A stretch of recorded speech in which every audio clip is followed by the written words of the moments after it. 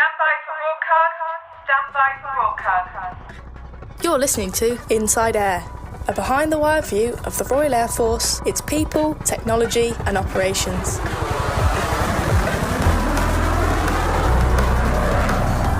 Hi, I'm Flight Lieutenant Chris Solly and welcome to the latest RAF Inside Air podcast. In this episode, we're heading to RAF Lossiemouth in Scotland. We'll be asking, what does it mean to be serving and living on one of the frontline stations as the world becomes a more unstable place? We need to begin to move people's mindset to the fact that we don't live in a time of peace anymore. So this has allowed us to really kind of reach out to the people at Lossiemouth who are the SMEs. It's not the people who are Air Command who will have all the answers for us. We've got the answers because we've been living and breathing RAF Lossiemouth. We know the capabilities at Lossie. We know the gaps at Lossie. We understand our station better than anyone else will. As usual, we'll also reheat a few stories which could have slipped under your radar possibly, and we'll be finding out who's under the hat this week with AS1 Ben Russell. And what's your proudest moment in the RAF? For me, was actually internally commissioning from the ranks into logistics branch. RAF Lossiemouth on Scotland's northeast coast is one of the UK's two Quick Reaction Alert, or QRA, stations, with Typhoon fighter jets on standby around the clock, ready to defend our airspace at a moment's notice. It's also home to the Royal Air Force's fleet of P-8A Poseidon maritime patrol aircraft, which play a critical role in anti-submarine and anti-surface warfare across the North Atlantic.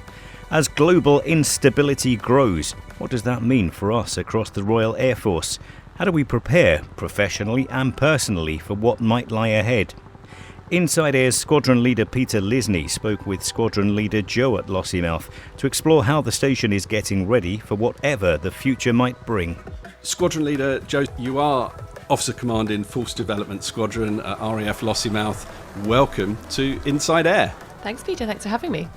This is another crucial episode of Inside Air where we delve into the warfighting mindset and trying to see how we develop that in a time of peace.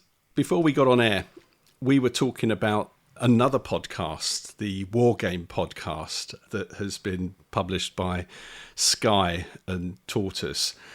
Deborah Haynes, defence correspondent. What was your impression of that when you listened to a tabletop exercise that mentioned RAF Lossiemouth?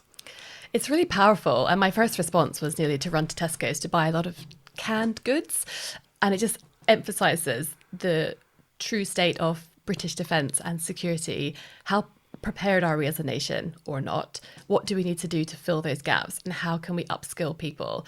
And that's exactly what we're trying to do through our transition to conflict activities at RAF Lossiemouth. It was really powerful listening. I binged it over the weekend, slightly neglected the children. And then, I've subsequently promoted it to pretty much everyone I see in the workplace since then. Yeah. So if you haven't listened to Deborah Haynes' War Game, do have it's series 2 or season 2. Have a listen. It is compelling listening. We're not going to talk any more about that because what we're going to talk about today is RAF Lossiemouth and Op Resilience. Tell us about that. Op Resilience is part of RAF Lossiemouth's preparation to transition to conflict. It is a series of monthly tabletop exercises or TTXs that we have been conducting at Lossiemouth, where we have identified a series of scenarios that we think are quite likely in the grey zone, your sub-threshold activities. And we are working our way through them and identifying how we would respond. We are really keen to identify where our gaps are in our capability, where our gaps are in our knowledge and skills within our workforce at RAF Lossiemouth. We are really keen to identify the risks and where they may sit in a time of war. We're an accountable organisation. We can't just do things ad hoc. We have to follow policy and procedures. But where does that line begin to get a little bit blurred? And where could the risk be lowered to a different person on the station rather than necessarily being always head of establishment or indeed the force headquarters? And we're really keen to identify what policies, what orders do we not have, even if it's really simple things like your SIOs, your low-level how-to guide. Where are we missing that? And what we're really keen to achieve is let's identify these when we're at a time of peace, because when the D-Day comes, it's too late. Then we can't be trying to work out where we've missed a trick because we're too busy fighting a war at that stage. So we have to be ready with a plan now. As Kaz put it recently in his blog, it'll be too late after the event. We need to think about these things now when we have the breathing space to do so. What I find really interesting as a training officer, so I've spent my whole 16-year career in the training world, which I absolutely love, really passionate about training. Now, people ops officer, and well, in the training world, the first question we ask is, what is the requirement for this? What is the why? You have to identify the why. And normally within training, within our defense systems approach to training, we'd look to our training requirements authority to say, okay, cool. So what is the requirement to train? But in this case, there isn't really an answer. And this also does loop back to what you mentioned about war games, is that how ready is the UK as a nation? Where is the plan? What do we crack open when we realise that we are under threat? Where's the book? Where do we find it? And engage with the 11 group, engage with all the stakeholders. And it became apparent that we need to work this out ourselves, which is a little bit scary that we don't have a set requirement for defending the nation or defending RAF Lossiemouth. But in a way, it was actually really empowering. So our station commander, in conjunction with 3 other group captains that we have at RAF Lossiemouth, we of course have 2 fighting air wings. So we've got Typhoon Air Wing and we have I-Star Air Wing. And we also have 5 FP Wing. So we have CRF. So there's 4 group captains that we look to. And so in conjunction with the 4 areas, we have identified a series of scenarios that we think might be quite likely. So this has allowed us to really kind of reach out to the people at Lossiemouth who are the SMEs. It's not the people who are Air Command who will have all the answers for us. We've got the answers because we've been living and breathing RAF Lossiemouth. We know the capabilities at Lossie. We know the gaps at Lossie. We understand our station better than anyone else will. So it's actually quite empowering that the requirement was something that we had control over. We got to set the requirements. So we did this. We identified 11 scenarios that we thought were quite likely, kind of in your grey zone area. And we allocated an airbase wing commander lead for each of these, who would then subsequently identify who their SME was going to be, who would actually run the TTX, our tabletop exercise. So it was really positive in that I was there kind of as DS to facilitate the entirety of the TTX series. But actually, it wasn't me. What do I know about some of these areas, right? So the wing commander could pick who would be their lead. And in some cases, it was squadron leader. And in some cases, it was a warrant. And that was really brilliant because it was the proper lead on station who would be looking after that scenario. And then we would TTX it. So what are we trying to achieve from these TTXs? Well, it's fourfold. The first one is we are trying to identify our gaps in our capability so that we can work out how to plug those gaps while we are at a time of peace. We've worked out our training gaps, so what knowledge and skill sets are we missing? And that's really interesting because behaviour and attitudes linked into that as well. And that's a really interesting one to try and change. We are identifying a risks permissions matrix where we can perhaps downscale some of the risks to someone lower in the hierarchy who would be more appropriately placed to make those decisions in the heat of the moment based on their field of view, their knowledge of what's happening on the ground. And fourthly, we're identifying where our orders need to be reviewed, revised, created from scratch. So it's kind of a fourfold prong there. That's a really good explanation of what you're doing there. For one, it sounds like mission command, that RAF Lossiemouth is taking the overarching brief and then going your own way to deliver the effect that you have to deliver in the 4 pillars that you have. And the other thing that strikes me is when you're talking about the risk, managing that risk, and when do you lower or delegate that risk? Is it not like in the event of fire, smash glass, but you were just wondering, should I really smash this glass? Is it really a fire? It's just a bit of smoke. Yeah, absolutely. I think partly because we have lived through such a time of peace. No one who wears the uniform today really remembers a time when the UK faced an existential threat on British soil. We haven't truly been at risk since World War II of someone coming to Britain and harming us on our soil. I say Britain, not the United Kingdom, of course, for obvious reasons. So if I look outside my window now, Peter, like I can see like the Labrador playing around the garden, like it's sunny out there. Kids are probably on the trampoline in a couple of hours. There's no real risk, but that's not true to say anymore, because we are beginning to move towards a period where we can't guarantee that we are going to be safe on British soil here. And we need to prepare people for that. But it's a really difficult one because people don't want to believe that the period of peace that we've enjoyed for 70, 80 years is coming to an end. We don't want to truly think that there's a threat to our livelihood, to our life, to our children, to our friends and family, to the house that we bought so hard, that we've worked so hard to save up for. But we need to begin to move people's mindset to the fact that we don't live in a time of peace anymore. How do you do that? How do you engender the warfighting mindset in a time of peace when you can just pop down the spa and just, everything's normal and the shelves are full? It's a great question. How do you make people truly believe that there is a risk out there? Well, the first thing to do is identify what we don't yet know. So we are identifying where the gaps are in our knowledge, skills and attitude, and then working out the most appropriate way to fill those gaps, to meet those gaps, which is great. It's a training officer. I love that kind of thing, right? So we have identified where our training gap is. So now we get to develop some training objectives, our enabling objectives, our KLPs, and then we will deliver that training through a series of methods. So we have 4 station development days at RAF Lossiemouth, and these coincide with the Air Wings No Fly Day. Done that deliberately, make sure we can have maximum participation. And we deliver a series of events on those days. So we've had our first station development day in this training year, and we focus on building resilience for that. And the reason for that is we identified through our first couple of TTXs that we perhaps were lacking in resilience in areas. How do we build that robustness and that resilience? Which is a really hard one to do, because how do you measure and observe resilience within a person or a group of people? It's really hard to do.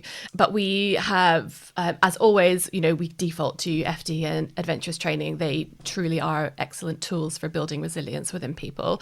But we also offered briefings. The chaplaincy did some really good briefs on spiritual resilience and where defence sits in terms of religion, politics and culture. Because the more people know and understand about the wider world and the geopolitics that we operate within, the more they will begin to understand the risk that we sit within. We've also pivoted 2 of our week-long FD staff rides to focus on resilience within individuals. We've gone up to Orkney in April. We're going to do the same one again in October, where the chaplains will really speak to people about what it means to be resilient. What does that look like? How do you build resilience within yourself and within your team? And then it's education as well. So we're really pushing hard on the War Game podcast, because it's really powerful. You can't listen to that podcast and come away and just sort of crack on. Especially when it mentions Lossie has been hit. 100%. It's really terrifying when you think about what that could mean. Like if that really happened, if Lossie was hit by a missile, and how are we going to work our way through that? Okay, so you're commuting from tabletop exercises into doing this for real exercises, people moving around and active. Has anyone stood out to you, or any team stood out to you that get it? 5FP Wing absolutely get it. But I would say collectively, Team Lossie, the whole is greater than the sum of its parts. We need everyone to be understanding what the risk is and able to respond appropriately. And I think we do have that within our organisation. We have 3 fighting wings, got 2 massive air wings, and we have 5FP, of course, and a really big airbase. Like everywhere, we're really struggling and hurting from gapping. We struggle with the workforce numbers, but that's not unique to Lossie. And just beginning to change people's understanding of the geopolitical risk and the world that we're now operating in. You do begin to see that light bulb moment when you have these TTXs. We sort of, go in on, Wednesday morning, 9 o'clock was when we always start the TTX, and, just chatting away. And then by the end of it, by 12 o'clock, once we've debriefed the station commander on how this is going to play out, everyone comes away, standing a little bit straighter, wearing their uniform a little bit more proud, and understanding that we are here to be a fighting force. This matters. The Air Force matters. What we do is really pivotal on the global stage for Northwest Europe. Looking at the tabletop exercises, the TTXs, how are you involving external agencies, your civil servants on station, your contractors, right through to the person who pulls the pint in the down in the Aviators Club? For each of our TTXs, we work out who our stakeholders are going to be early on, and they vary depending on the scenario that we're TTXing. We then invite those people along. They're busy people. They've obviously got lots to do, so sometimes they can't always make it, but they're really good. We normally always get somebody who can represent each of the key areas. But there are times when we look to involve our external partners. We work really closely with our Royal Air Force Regional Liaison Officer, who is an excellent person to have on board, particularly in terms of linking us in with appropriate external authorities. So, for example, we have had at our tabletop exercises Police Scotland, Scottish Fire and Rescue, the local council, people involved in the fuel pipeline, and indeed the Royal Air Force Regional Liaison Officer himself will come along to all of them that he can make. And they give us they bring in a really interesting perspective, of course, because they are looking at it from the outside. They're not looking at it as someone from Lossie, they're looking at it from that broader perspective. So we really emphasise that our capabilities are not consigned to station, and that an integrated response for some of the scenarios would be required. And therefore, it's really important for us to make those relationships, to make those connections really early on and build the relationship so that if we needed to reach out to them quickly because something bad has happened, we are able to do so because we know the personalities, we know the right number to ring, we know who the right person is to bring on site. We would expect service personnel to stay on site if the balloon went up, because that's what we have signed up to do. We would not expect the same for civil servants and contractors to a degree. We would expect them to leave site if the threat escalated to a significant point. We therefore would very much rely upon our serving personnel to perhaps backfill some of these, which is a really interesting point about how do we prepare people for war roles that might not be their day job as well. So that is definitely something that we're looking to do as part of our op resilience. And in the TTXs, how honest are they? You know, is it lots of backslapping or lots of, oh my goodness, we need to fix this? You know, wow, I don't know how much you can tell us, but... it's brutally honest. Peter, you've worked with serving personnel before, right? We're brutally honest about where the issues are and where we need to fix things. Everyone loves a good vent, right? It's a great opportunity to talk about where the problems are.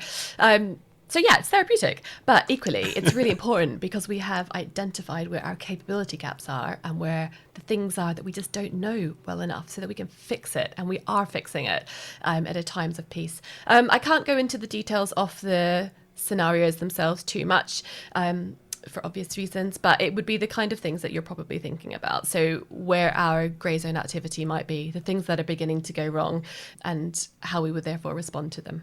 So, for instance, some of the things we are looking at would be things that we're perhaps seeing happen to Ukraine. So drone strikes, attacks on infrastructure, activities that would perhaps look to degrade some of our critical infrastructure as a station. And everyone will be looking to the military in the event of something kicking off on British soil if there is an attack. And particularly, the people in the locality, people of Scotland will be looking to Lossiemouth for protection and assurance. Yeah. On every station, we have service families accommodation. You know, the SFA. We have people living nearby that choose to not live on base. What is Lossie doing to make families aware of what's going on inside the wire? We have a really good relationship with the Lossiemouth sort of civilian community, but particularly the families within RAF Lossiemouth. It's quite an isolated unit, really. We're really far away from most of the RAF, which means that a lot of our families are really far away from their support network. So we work really hard to make sure that they are supported, and that's through the usual welfare facilities that you'd expect. But also, particularly in the last 6 months, BSW has really gone that extra step to run a lot of events that bring families in. Particularly, we have a look and lunch series where people where families can come to a station and they get shown around of it. You know, it's more than just your family day, which, by the way, is amazing up here. Lossie Fest is absolutely amazing. But we have monthly events where we bring the families on and we kind of share with them like what it is like to be part of it from this side. They obviously hear it only from their partner or their spouse, but you know, let's go have a look at an aircraft. You know, let's sit together, let's have a chat about what it means to be part of Team Lossie from a family's perspective and from being away from your support network. And that's everything from having to pay a lot more on childcare, for early years childcare up here because of devolved governmental issues, income tax issues. But it's also about, hey, this is an absolutely stunning part of the country. Murray is absolutely beautiful as a county. So we have funded activities through a local charity where we take people out. The company will show them Lossie. We'll go for little hill walks. They'll go for stand-up paddleboarding, things that bring families together, but also kind of bring people into the wider community. Really awesome things like going to boat ride down Loch Ness and then past Uckrick Castle, which is my favourite place ever. It's stunning. And really trying to make people feel that they are part of Team Lossie. So you're doing a really good sales job here for anyone wondering what their next posting should be. I've always heard that Lossie is the best place in the Air Force to go. Never served there. But, oh, you're missing out. It's brilliant. I know, I have missed out. Going back to that question, preparing, it's a serious thing, preparing dependents for war. Is that the responsibility of the Royal Air Force, or is it the responsibility of the family, the serving person? And what about dual serving parents? You know, how it's quite a thing. It's a really interesting question, and I don't think we could ever get into the space where the airbase dictates to families to come up with a domestic, logistical and administrative plan. I'd probably quite like it if we were able to do that, because it's something that we need to think about now when we are at peace, particularly for solo parents and dual serving couples. What are you going to do when the balloon goes up? Because instinct as a parent is to take your family away from danger immediately. But we can't be bugging out to the Cairngorms, for the safety of the mountains when we wear a uniform. We have a job to do. So I think it's a really valid point to consider. I'd like it if we could dictate that to people to actually go and do that, have a bit of a domestic, a logistic and administrative plan. That would be a formalised thing, but I don't think we're able to get into that space. But I would very much encourage all military families to think about that. What would happen if you looked out your garden and instead of seeing beautiful blue sky and the coast, what if you saw plumes of smoke? And we had that very situation just last week when we had a series of wildfires that broke out really close to Lossie. You could smell the smoke in the air from the moment you stepped out of your SFA. And by lunchtime, the band of sky immediately above the horizon was orange. And then immediately above that was black. And it was really I had a physiological response to that. I actually was a bit scared by that. Luckily you could count on the Scottish weather. We had rain very quickly, and that did put out the worst of the wildfires. But it did make me think, this is what it would feel like if we were under attack up here. And what would we be doing with the family? People would benefit, I believe, in having that thought process now whilst we are in the period of safety. Like, what would I do with my family? It's a tricky balance, isn't it? Do we only have one scared. car? Yeah. And getting your family to safety balanced against your requirement as a service person to go to your unit, pick up a weapon and fight. Yeah, I was going to say, sorry to cut across you. It's a tricky balance between, you don't want to make people scared, but maybe you do want to make them a bit scared. But being scared is just not. People are scared of the dark because they can't see what's in the room. Turn the light on, you're no longer scared. Yeah. So. Yeah. That's interesting about fear, because fear is a physiological response to a perceived or real threat. And I think that threat is becoming real. So fear probably has a part to play in the sphere in which we operate now, in that I really think it's valuable to work out what you're going to do with your partner and children, if you have them, or what support are you going to call on to get your family to safety. If you look out your window and the sky's turned black and there's you're hearing missiles smack into the runway, what are you going to do? Are we able to respond appropriately under a time of threat? Which is what we're moving towards, very, very maybe. And what will be the trigger? At what point do you smash the glass in case of fire and initiate that bug out plan or whatever? Yeah, and that's it, isn't it? Like, at what point do we believe that we are now under a threat? scenario? At what point does is war declared for all intents and purpose? And if you read the SDRU, it talks about the Defence Readiness Bill and the activation of PACE planning, and that's really obvious triggers in terms of, okay, now we need to do ABC. But it's your grey zone activity that I think people need to become more attuned into, your sub-threshold activity. If you saw groups of people standing around the corner of one of the streets on your SFA that you hadn't really seen before, it looks a little bit out of the ordinary, do you just make the assumption that everything is fine? Or do you think, what is happening here? Why are those people now walking up to door handles and then walking away quite quickly? What is going on? So in the case where we had the wildfires in Murray last week, Facebook was instantly filled with, it's probably just irresponsible campers. But my mind actually went to, this is really key sub-threshold activity that we would be seeing, creating a scenario where all of your emergency services are pulled away from the day job to go and deal with fire, casualties from fire, distressed civilians, road closures, road diversions. But actually, this might not be irresponsible campers. This might be the beginning of something a lot more sinister. And how are we going to respond to that? But even when just chatting with people in and around the mess and at work, the rhetoric was, campers, what are they doing? That's not bright, is it? Half of Scotland's peat. Why are they setting fires? That's really irresponsible. When perhaps the rhetoric should have been, what has caused these fires? And do we need to be concerned about something a lot more sinister than campers? Okay.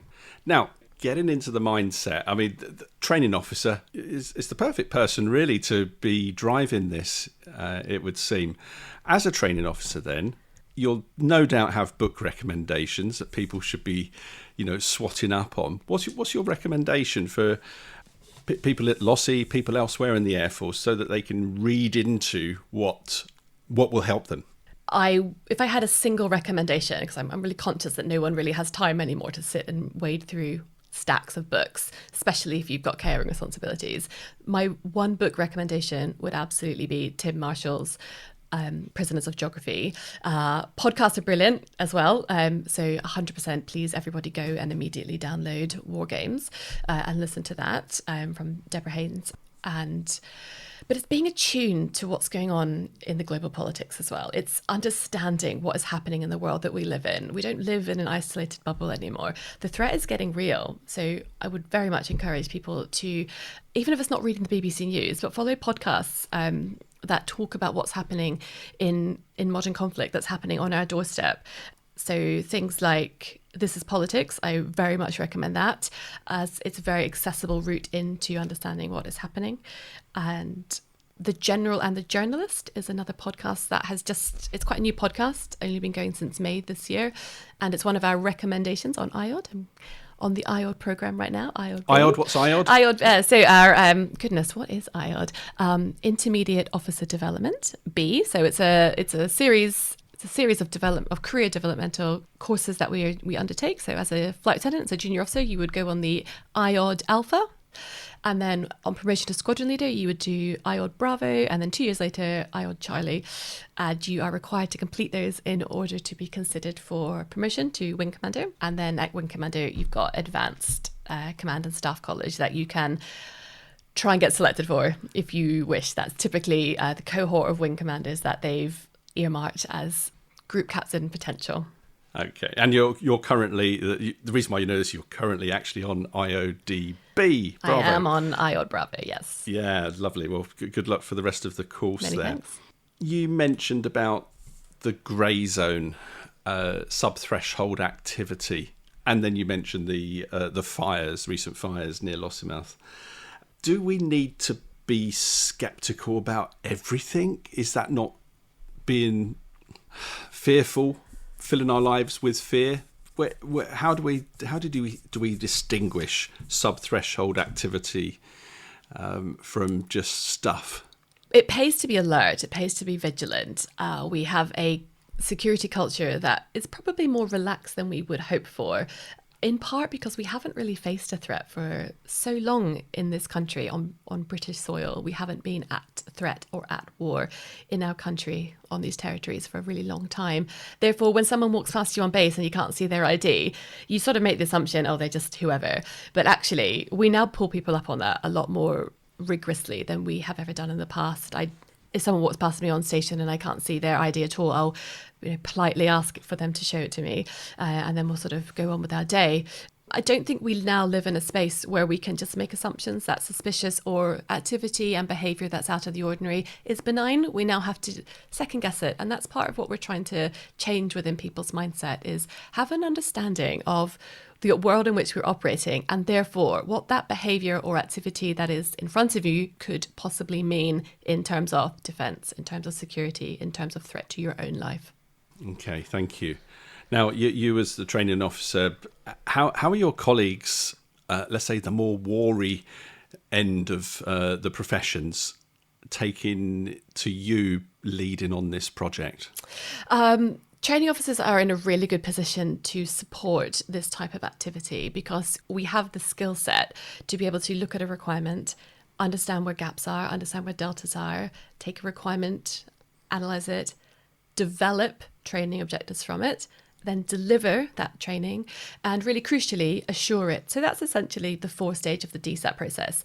Something has happened. There's a so what, there's a why, you need to do something, working out what that specifically means, meeting that requirement, and then checking to make sure that the training you delivered did actually meet the ask to begin with. So we're your SMEs in undertaking that, and I would very much encourage every station out there to utilise your training officers to support collective training initiatives such as our Op Resilience TTX series. And obviously we don't work in isolation. The TTXs are a really good example of this. I facilitate the sessions. I reach out to the appropriate wing commander in advance. We finesse the scenario. They'll then tell me who their SME lead is going to be. I'll approach that person. We'll work together to work out how are we going to run this specifically? What are the constraints? What are our scenarios? What is it that we're trying to achieve from it? And then they will be the ones who act as the directing staff for the TTX. They will run the scenario. I'll be there in the backgrounds. I'm particularly on the lookout for gaps in capability. I'll jot those down. I'll jot down gaps in training, work out where risks might be that we need to think about, and work out where we have our op orders that perhaps aren't quite as robust as we want. And then after the TTX, I'll link in again with the wing commander and the station commander in terms of a bit of a back brief to work out what do we need to do next. There's no point in having a TTX and then when it's done, everyone goes off to lunch and that's the last we think about it. We're doing these for a very specific reason.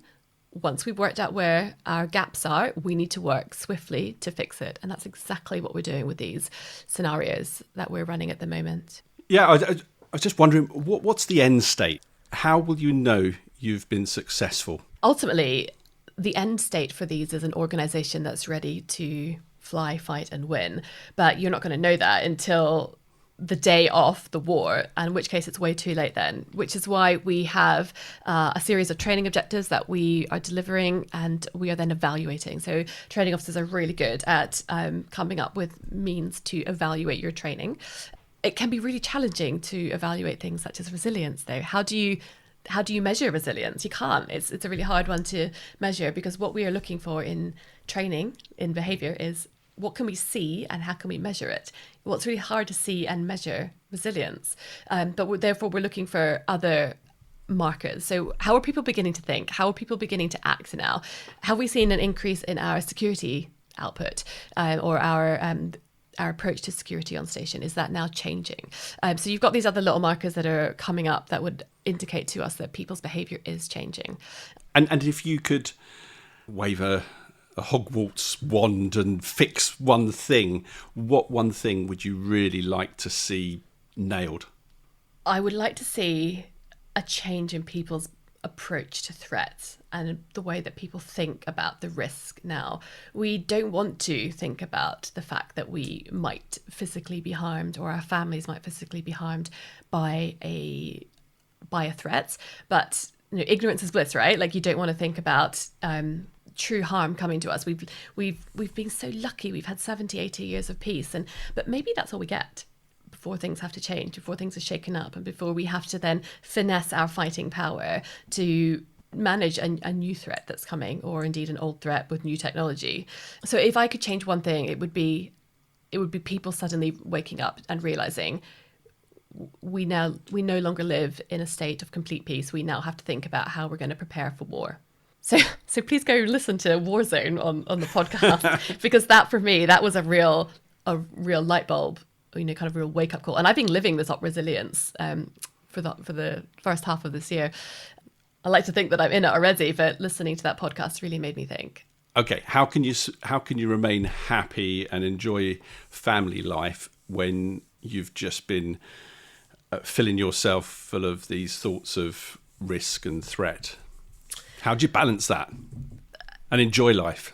It's hard not to enjoy life in Murray, Peter. It's beautiful out there. I'm like a 5-minute drive to the beach. It's got the best ice cream ever. We've got beautiful mountains. It's nature's playground up here. It's not hard to enjoy life. But no, it's a great question. How do you continue to enjoy life when actually it's a changing geopolitical landscape out there and the threat is only going up? And the answer to that is by being resilient, by knowing that we are preparing the best we can. We are preparing our station, we are preparing our assets, we're increasing our interoperability with our allies.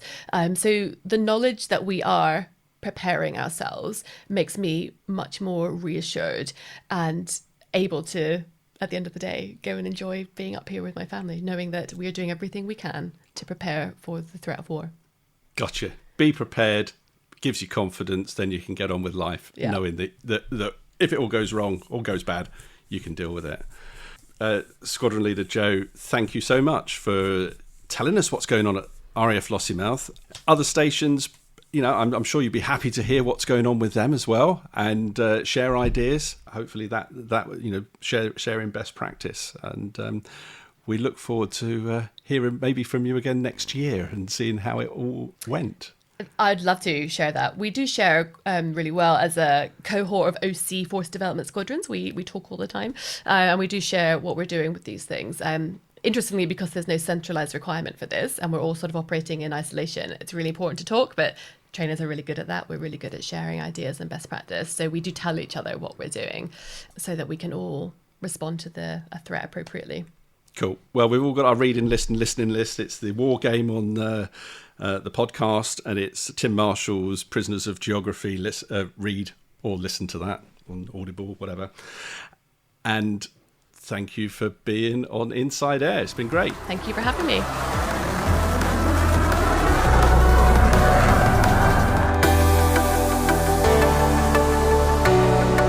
Hi, I'm AS1 Emma Kerwin, and this is Reheat, where we take a look back at some of the RAF stories you might have missed. The UK and German aircraft are teaming up to hunt Russian submarines in the North Atlantic, working side by side from RAF Lossiemouth. The announcement comes a year after the countries pledged to deepen cooperation on defence after signing the Trinity House agreements. Closer ties on cybersecurity have also been announced. RAF aviators from various professions are taking part in NATO's premier air-focused counter-chemical, biological, radiological and nuclear training event. It's called Exercise Toxic Trip. Hosted this year by the Royal Norwegian Air Force, the exercise brings together specialists from across NATO to improve interoperability and ensure air power can be delivered in a CBRN environment. Regiment gunners have put the RAF's newest uncrewed aircraft system through its paces. One squadron have simulated combat scenarios based on the conflict in Ukraine. They deployed the Storm Shadow device on exercise Eclipse Cheetah. Veterans and military personnel will be given priority of up to 100,000 new homes created on surplus MOD land. That's what the Defence Secretary John Healey's promised. He says inadequate housing is affecting retention. The Royal British Legion annual Poppy Appeal has been launched. Hundreds of RAF personnel and Royal Air Force air cadets will be out and about across the country raising money for the armed forces community. This year, the aim is to raise more than £50 million. And a frontline Typhoon pilot's been crowned UK Air Race King. Coningsby-based squadron leader Ben Polwin took the top honours in the King's Cup in a light aircraft he built in his garage. He says he's particularly proud of that. That was Reheat for Inside Air. Thanks very much, Emma. And again, congratulations to Squadron Leader Polwin from RAF Coningsby, bringing back the 2025 British Air Racing Championship title. It's the first time the RAF have had that for 37 years. Congratulations, and a nice-looking aircraft, I have to say. And now it's time to find out who's under the hat with Ben. I'm AS1 Ben Russell, and this is Under the Hat, where we get to know an aviator in less than a minute. Name you're known by. I am Flight Lieutenant Brandon Fairbrother, and I'm just known as Brandon. What's your profession? My profession is logistics and I am based at RAF Wittering. What's the best thing about your job? I am in a fuels team and the fact is we can deploy anywhere, anytime is probably the best thing about my job. Hardest part of your job? Making sure that we are compliant all the time and also being able to support everyone who requires our help. Best location you've served? Best location I have served was probably RAF Wittering because I feel like I've got a major purpose to support the Royal Air Force. What bit of luxury kit do you never deploy without? Bit of luxury for me would be headphones just so I can take myself away and have my own personal space. And what's your proudest moment in the RAF? For me was actually internally commissioned from the ranks into logistics branch. That's all for this episode of Inside Air. Please give us a review, subscribe on your favourite podcast app, and then join us again soon. You've been listening to Inside Air, a behind-the-wire view of the Royal Air Force, its people, technology and operations. If you're serving in the RAF and have a story for us, please speak to your unit media and communications officer. Inside Air is written and produced for the Royal Air Force by RAF Media Reserves.